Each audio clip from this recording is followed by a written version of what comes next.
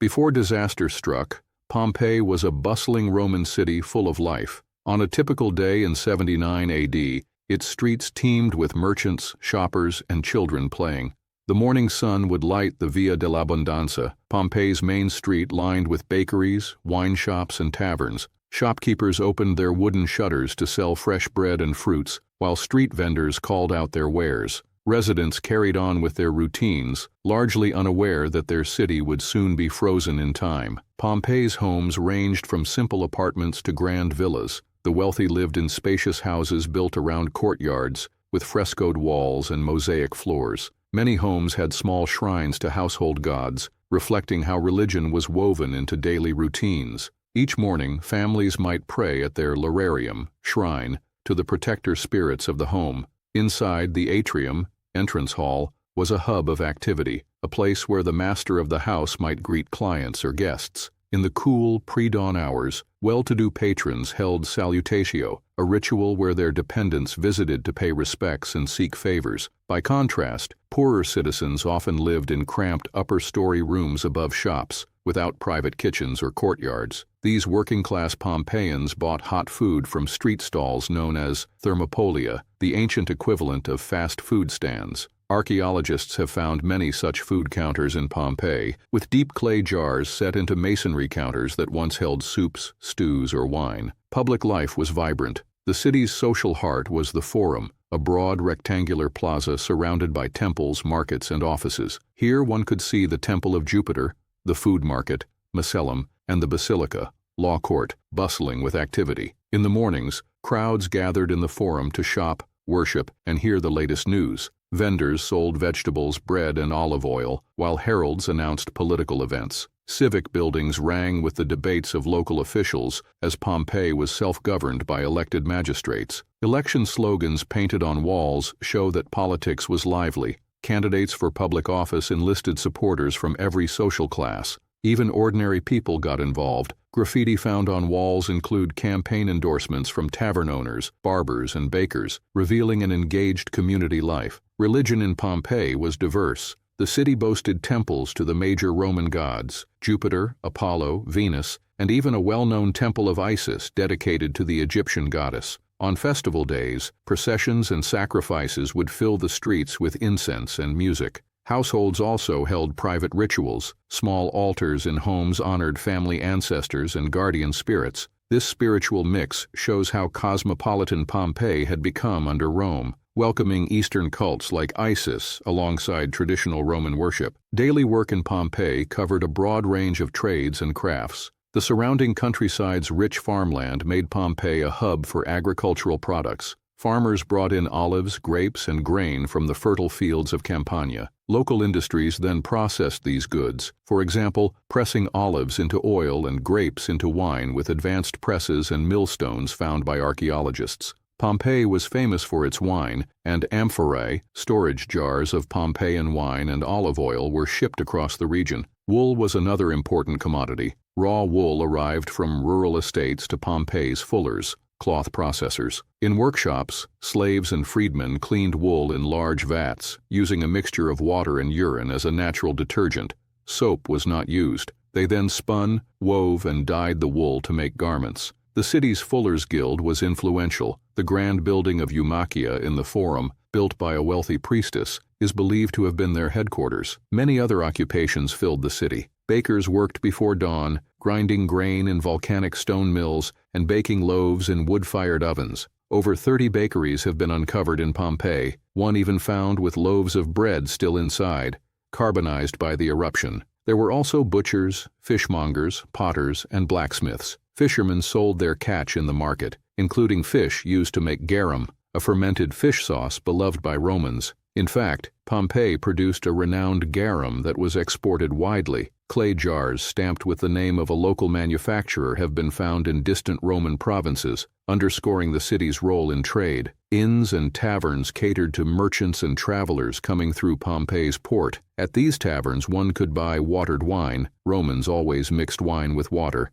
and a simple hot meal. Some establishments even offered upstairs rooms or other services. Pompeii's famous brothel, Lupanar, with its erotic frescoes, attests to the openly sexual side of urban culture and the presence of prostitution as a part of daily life. Leisure and entertainment were also important in Pompeii. In the afternoons, many residents, rich and poor, frequented the public bathhouses. Pompeii had numerous bath complexes, such as the Stabian, Forum, and Central Baths, where people would exercise, bathe, and socialize. Bathing was a daily ritual. Citizens might relax in the heated pools, get a massage with perfumed oil, or chat with friends in the palestra, exercise yard. The city's youth trained and wrestled in these palestras, staying fit and preparing for military service or sport. For more raucous entertainment, Pompeii had one of the oldest stone amphitheaters in the Roman world, built around 70 BC. This arena could hold up to 20,000 spectators, more than the town's population, meaning people from neighboring towns came for the big events. Here Pompeians cheered on gladiator combats and wild animal shows. The love of spectacle sometimes went too far. In AD 59, a deadly riot erupted in the amphitheater between Pompeians and visitors from Nuceria during games. According to Tacitus, insult trading led to stones and swords being used. Many were killed or wounded. The incident was so serious that the Roman Senate banned gladiatorial games in Pompeii for 10 years as punishment. This famous riot, even depicted in a Pompeian wall painting, shows the passionate and at times violent side of local sports fans. In the evenings, Pompeii's citizens might attend performances in the two theaters, a large open-air theater for plays and a smaller covered Odeon for musical shows. Comedies, mimes, and tragedies were performed, possibly in both Latin and the local Oscan dialect, entertaining audiences with drama and song. Nightfall brought oil lamps lighting the windows and doorways. People gathered in taverns to drink wine, play dice, and discuss the day's news. Others relaxed at home. Excavations have uncovered everyday items that hint at home life: clay lamps, cooking pots and kitchens, beds and wooden chests, their shapes preserved as ash casts. From these remnants we picture a comfortable evening, perhaps a family reclining on couches for dinner, enjoying bread with olive oil, legumes, maybe some fish or pork for those who could afford it. Common people's diets were largely vegetarian, lots of fruits, grains, and vegetables, with meat or fish as occasional treats. Archaeologists even found carbonized nuts, figs, and bread in houses, revealing the typical foods on a Pompeian table. Scattered across the city, graffiti scrawled on walls give a surprisingly intimate glimpse of Pompeians' daily thoughts and humor. These inscriptions, over 11,000 of them, include everything from lovers' messages, jokes, and poetry to advertisements and rude jokes. One graffito proudly declares, "I visited and I had a good time." Another wryly addresses the wall itself. "Wall, I wonder that you have not fallen down. So many writers' insults do you bear." Such casual writings, preserved by ash, let us hear the authentic voice of ordinary citizens across 2 millennia. Taken together, the homes, markets, temples, and public arenas of Pompeii paint a picture of a lively, cosmopolitan city. It was a place where life was good, commerce thrived, cultures mixed, and families prospered in the shadow of a mountain they believed to be just another part of the landscape. But that mountain, Vesuvius, would soon violently disrupt everything.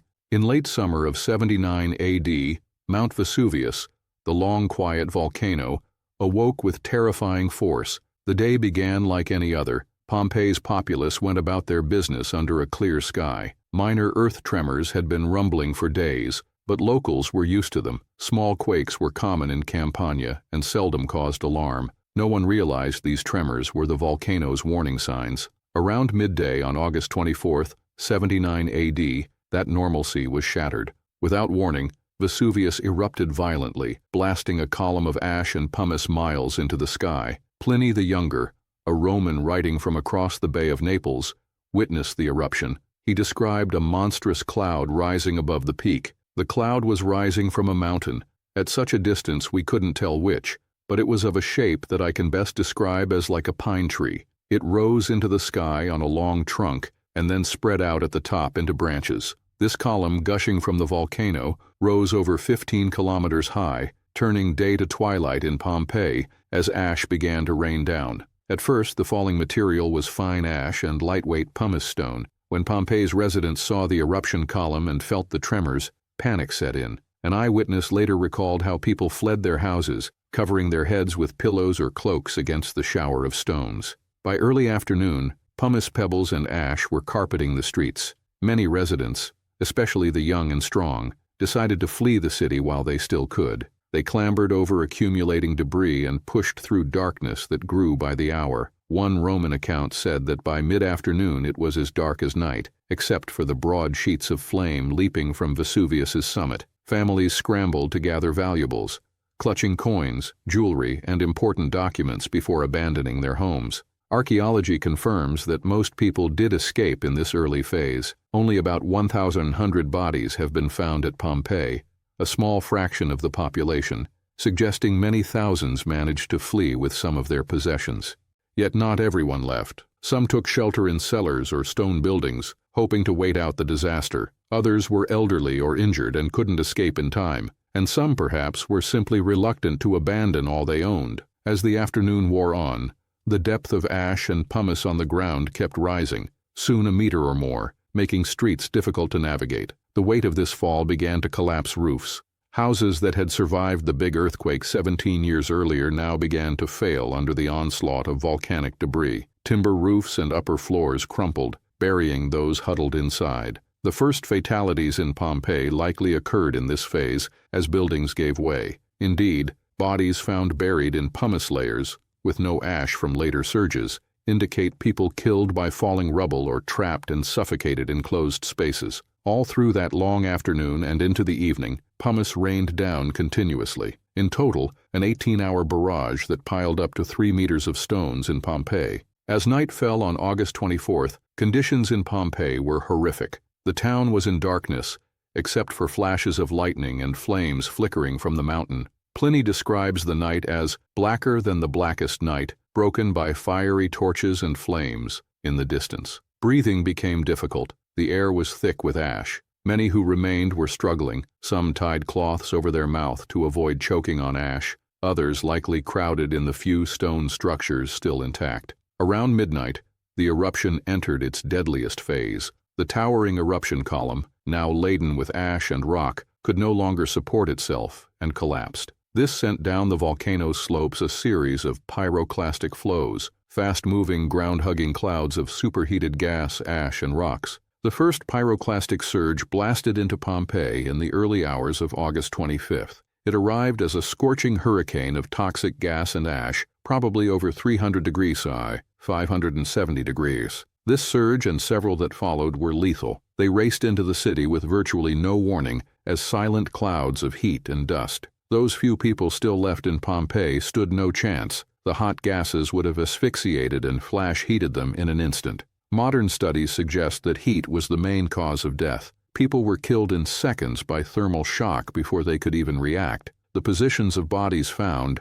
some curled up, others with arms raised, indicate sudden death, not the agonizing suffocation earlier assumed. Some victims have been found with their garments and even sandals still intact on their bodies, suggesting the heat was so intense and sudden that it carbonized organic material before it had time to burn away completely. Several surges hit Pompeii in succession. The first may not have reached every corner of the city, but subsequent pyroclastic flows did. By the early morning of the next day, August 25th, the final and most powerful flows buried Pompeii entirely. These surges filled the streets and buildings with fine ash and pulverized pumice, entombing everything and everyone left.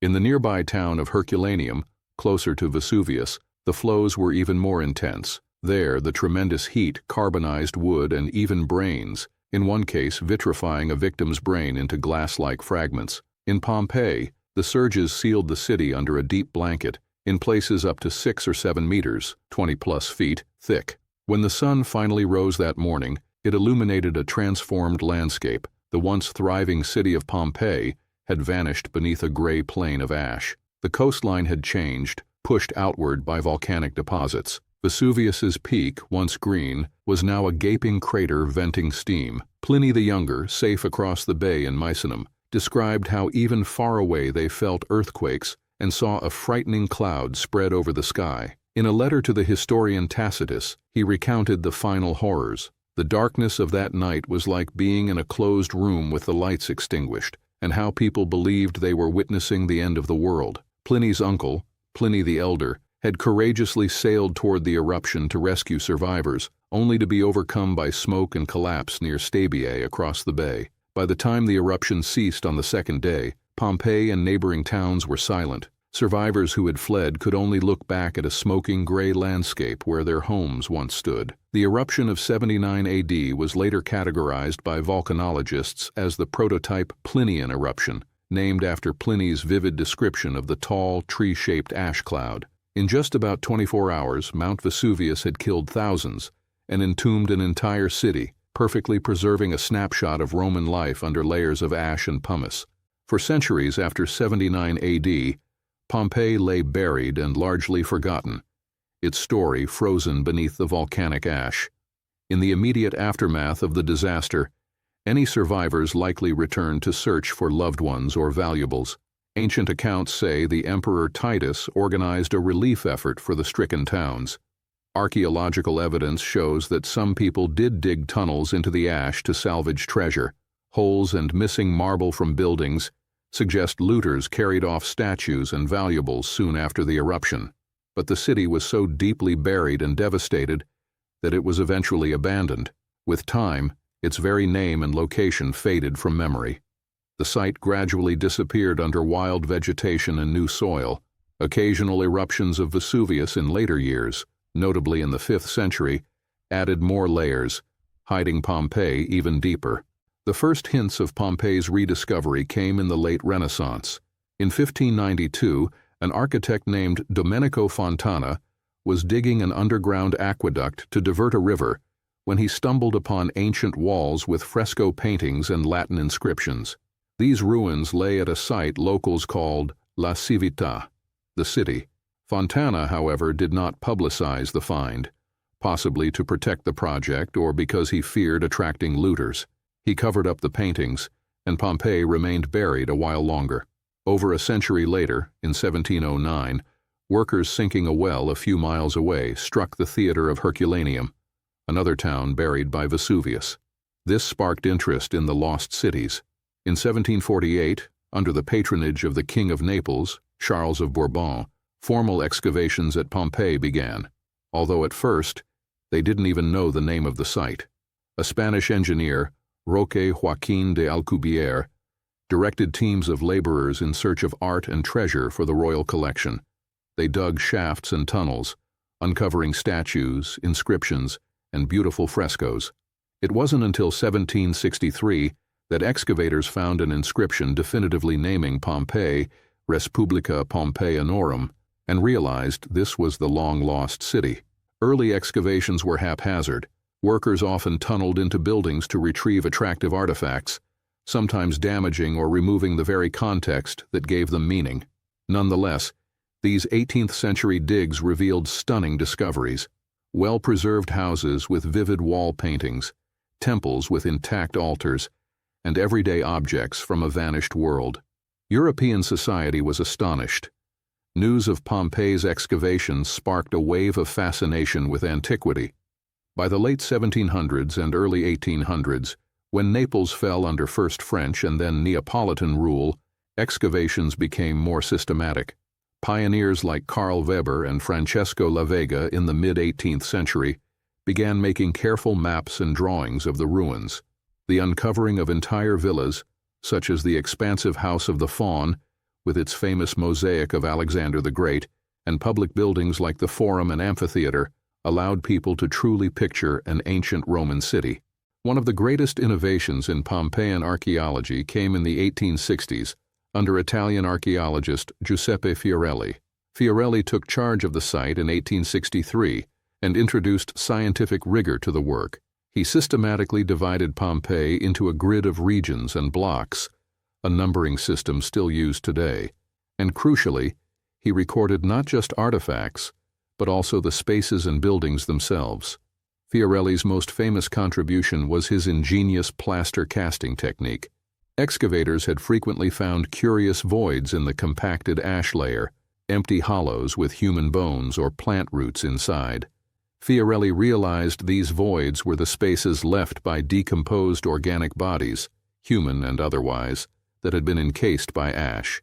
He began pouring liquid plaster of Paris into the voids, letting it harden, and then carefully chipping away the surrounding ash. The result was astonishing. The plaster reproduced the exact form of the person or object that had been there at the moment of death.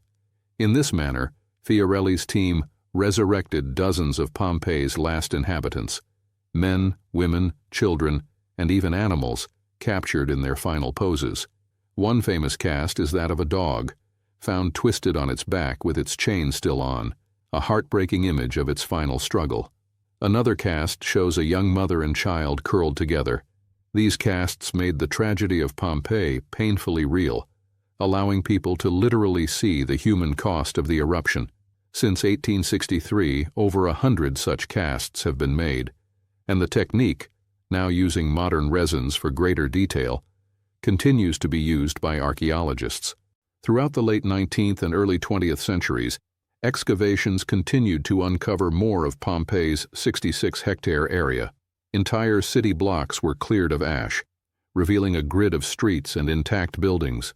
Archaeologists like Vittorio Spinazzola in the early 1900s excavated long stretches of shop-lined streets, notably Via dell'Abbondanza, and preserved the facades as they appeared in 79 AD.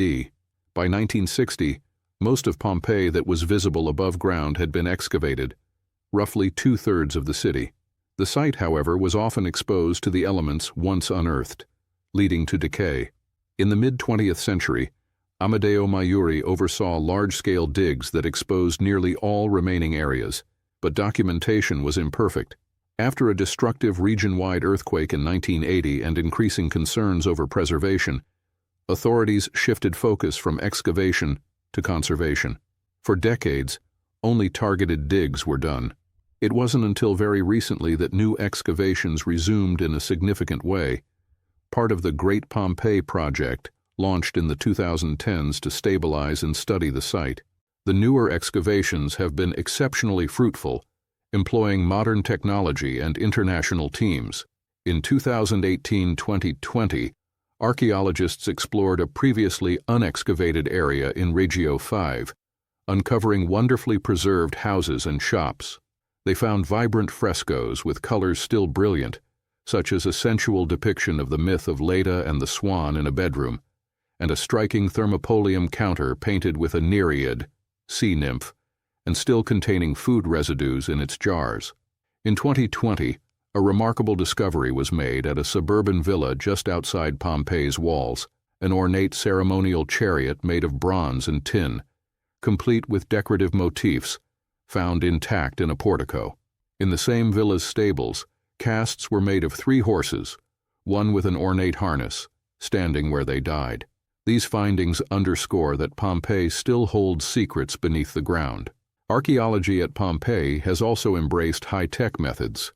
Laser scanning, drones, and 3D modeling are used to document buildings in precise detail. Researchers have conducted DNA analysis on some victims. In 2022, scientists successfully sequenced the genome of a Pompeian man, gaining insight into his ancestry and health.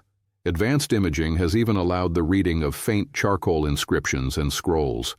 One exciting project digitally X-rayed scrolls from a nearby villa in Herculaneum, hoping to read texts carbonized by the eruption. Meanwhile, conservation specialists continuously work to preserve exposed frescoes and structures from weathering. Pompeii, paradoxically, is now both a ruin and a treasure. Once destroyed by natural forces, it is now vulnerable to the elements and human impact. Thus, archaeology at Pompeii balances between digging up new finds and protecting the unearthed wonders for future generations. Some of the most moving discoveries in Pompeii are the simple, everyday objects that miraculously survived. For example, bakers' ovens were found with loaves of bread still inside. A copper kettle sits blackened on a stove as if left there yesterday. Jars of preserved fruit, bowls with food scraps, and a stack of silver dining plates have all been found, offering a tangible connection to daily life 2,000 years ago. In the ruins of a shop on a Pompeian street, archaeologists found a wall painting of a typical menu and prices for food, a snapshot of the city's economy. Graffiti discovered during excavations continue to surprise. In 2018, One charcoal scribble was found dated 16th of October, suggesting the eruption may have occurred in autumn, not August as long thought, based on the fresh writing on a newly plastered wall. While debates on the exact date continue, such evidence shows how each discovery can refine history. Plaster cast of a seated man from Pompeii, displayed alongside everyday pottery. The casting technique, invented by Giuseppe Fiorelli in 1863, preserved the final moments of the eruption's victims. All these excavations and discoveries have transformed Pompeii from a forgotten graveyard into a rich source of knowledge. Key figures like Fiorelli professionalized the digs, turning treasure hunting into the birth of modern archaeology. Today, excavations are careful, multidisciplinary endeavors. Every find, whether a grand marble statue or a humble wooden stool, is documented and studied. The result is an unparalleled archaeological record. Pompeii is often called the world's longest continually excavated archaeological site, with work spanning over 270 years. And remarkably, about one-third of the city remains unexcavated, left for future generations with even better techniques. What has been uncovered so far allows us not only to marvel at Roman art and architecture, but to walk the streets where Pompeians walked, and to feel the human presence in those plaster casts and personal belongings. The excavations at Pompeii have given us an intimate look at the people who lived and died there, their social structure, roles, customs, and even personalities. Pompeii was a microcosm of Roman society, with a population of around 10–12,000, some estimates say up to 20,000 men, women, and children. These people were a mix of Roman colonists, local Italians, freed slaves from various origins, and foreign traders passing through. Society was stratified, but there was mobility, especially for freed slaves and the middle class. At the top of the social ladder were a small number of wealthy elite families, landowners and merchants, who owned grand houses and held local political power. Many of Pompeii's elite were Roman citizens with Latin names, especially after the city became a Roman colony in 80 BC, and its residents were granted citizenship. Old Oscan families often Latinized their names as a mark of status. For example, the Pompeian nobleman Hulconius became Lucius Hulconius. These elites served as magistrates, like duoviri, the two mayors elected each year, or as council members, and they funded public buildings and games to boost their prestige. A notable feature of Pompeii is the prominence of freedmen, former slaves who had been manumitted. In Pompeii's economy, freedmen could become quite prosperous as traders, bakers, or bankers. One famous resident, Lucius Caecilius Jucundus, was a freedman who became a successful banker. A trove of wax tablets found in his house recorded loans and transactions. Freedmen could not hold the highest political offices, but their children, born free, could. Thus, many second-generation Pompeians of humble origin rose to leadership roles. The city's social fabric was therefore a blend of old aristocracy, upwardly mobile freedmen families, and working poor. At the bottom of the hierarchy were those still enslaved: domestic slaves, laborers, and farmhands. Slaves in Pompeii might work in kitchens, gardens, or workshops. They were considered property, yet some were skilled and trusted members of households. Evidence of their lives comes from things like a set of bronze shackles found in a suburban villa or graffiti, where a slave calls out for freedom. We also know of at least one gladiator in Pompeii who was an enslaved fighter. Gladiators could be slaves or volunteers, and successful ones could gain fame and possibly freedom. In everyday life, you would see slaves everywhere, tending to children, carrying goods from the market, or helping their master dress in the morning. Gender roles in Pompeii, as in most of the Roman world, were defined but not entirely rigid. Men were dominant in public life. They ran the government, managed businesses, and were the visible patrons in society. A freeborn man's role was to be the paterfamilias, head of household, controlling family finances and representing the family in public affairs. However, Pompeii provides some fascinating examples of influential women. Eumachia, for instance, was a wealthy priestess of Venus in Pompeii and the patroness of the Fullers' Guild. She funded the large Eumachia building in the Forum, likely a market or guild hall, and had an inscription praising her public spirit. Her prominence shows that women, especially from wealthy families, could wield economic and religious influence. Women also served as priestesses in temples, like the cult of Isis, which included female officiants. That said, women did not hold political office in Pompeii. Their power was more informal. Through managing businesses, some women are named in records as owners of taverns or vineyards, through patronage by virtue of their wealth, or through their roles in family networks.